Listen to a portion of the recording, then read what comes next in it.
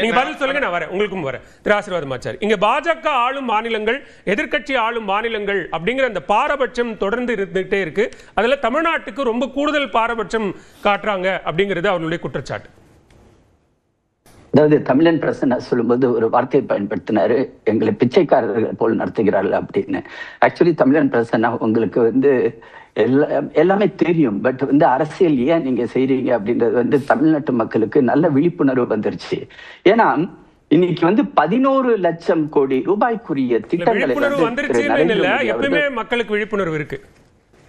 எப்பவுமே அது கூடுதலான விழிப்புணர்வு தமிழ்நாட்டு மக்களுக்கு உண்டு. அதனால்தான் இன்னைக்கு நரேந்திர மோடி அவர்கள் பேசும்பொழுது கூட அவர் சொன்னார்கள், பீகாரில் இருந்து அதனுடைய அந்த தாக்கம் தமிழ்நாட்டில் இருக்கும் அப்படின்னு சொன்னார். அது நம்ம வரப்போற தேர்தலை கண்டிப்பா பார்க்க போகிறோம். பிரசன்னா சொல்லும்போது 2 தவறான தகவல்களை அவர் உங்கள்கிட்ட சொன்னார். ஒண்ணு இந்த மரபணு மாற்றப்பட்ட விதைகள் பத்தி அவர் சொன்னாரு. பிடி பருத்தி, பிடி கத்திரிக்காய், பிடி மக்காச்சோளம், இதுக்கு முதலாக இந்தியாவில் பர்மிஷன் கொடுத்தது UPA 1 திமுக பங்கேற்ற காங்கிரஸ் ஆட்சி. இது ஆன் ரெக்கார்ட். நம்பர் 2, 9 கோடி விவசாயிகள், 12 கோடி விவசாயிகள் திட்டம் ஆரம்பிக்கும் போது இருந்தாங்க. அதுல 9 கோடி விவசாயிகள் இப்போது இருக்கிறார்கள். அதுவும் தவறான தகவல்கள்.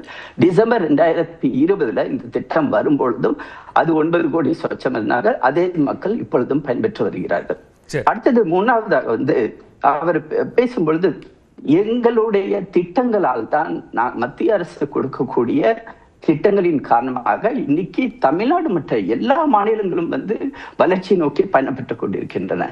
தமிழ்நாட்டின் மேல் திரு நரேந்திர மோடி அவர்களுக்கு கூடுதலாக பாசம், அன்பு உள்ளது. அதன் காரணமாகத்தான் திரு ஹைதர் அலி சொல்வது போல் அது ஹைவே உடைய திட்டமாக இருந்தாலும் சரி, ஜவஹர் அலி சொன்ன மாதிரி நேஷனல் திட்டமாக இருந்தாலும், நேஷனல் ஹைவே திட்டமாக இருந்தாலும் சரி, ஏர்போர்ட் வசதியாக இருந்தாலும் சரி, உடனுக்குடனாக இன்னைக்கு பாத்தீங்கன்னா சென்னைக்கு அடுத்தது திருச்சியில இன்டர்நேஷனல் ஏர்போர்ட்டை அந்த அளவுக்கு ரொம்ப அருமையாக அது டெவலப் பண்ணி கொடுத்திருக்காரு. அடுத்ததாக தூத்துக்குடிக்கு வசதிகள் ஏற்படுத்தி கொடுத்திருக்கிறார்.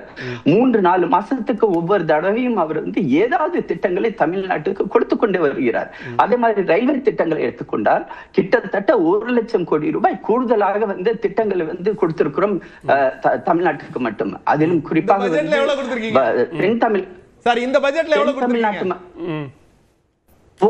சார்? இந்த பட்ஜெட்ல தான் சார் மேக்ஸிமமே கொடுத்திருக்கோம். தமிழ் நீங்க வரும்போது உங்களுடைய பட்ஜெட் பேப்பரும் சேர்த்து கொண்டு வராங்க. அதாவது நான் தொடர்ந்து பல நிகழ்ச்சிகள்ல நான் திரும்பி சொல்றேன். அதாவது இவங்க அந்த SSA திட்டத்துக்கு நாங்கள் பணம் கொடுக்கவில்லை அப்படின்னு அவங்க சொல்லிட்டு இருக்காங்க. போன பட்ஜெட்லயும் திரு தங்கம் தென்னரசு, நீங்கள் கொடுக்கவிட்டாலும் கூட பரவாயில்லை, நாங்களே எங்களுடைய பணத்தை வைத்து நாங்கள் அந்த திட்டத்தை செயல்படுத்தோம் அப்படின்னு. திரு பலவேல் அவர்கள் பட்ஜெட் பேப்பரை திரும்பி படிக்கணும். தமிழன் பிரசன்னா அப்படியும் அந்த பட்ஜெட் பேப்பர் நிச்சயமா படிக்கலாம். இப்ப அவர்களுடைய அந்த டிஃபரன்ஸ் எங்க வருதுங்கிறது நான் ஒரு சின்ன விளக்கம் மட்டும் கொடுத்துறேன்.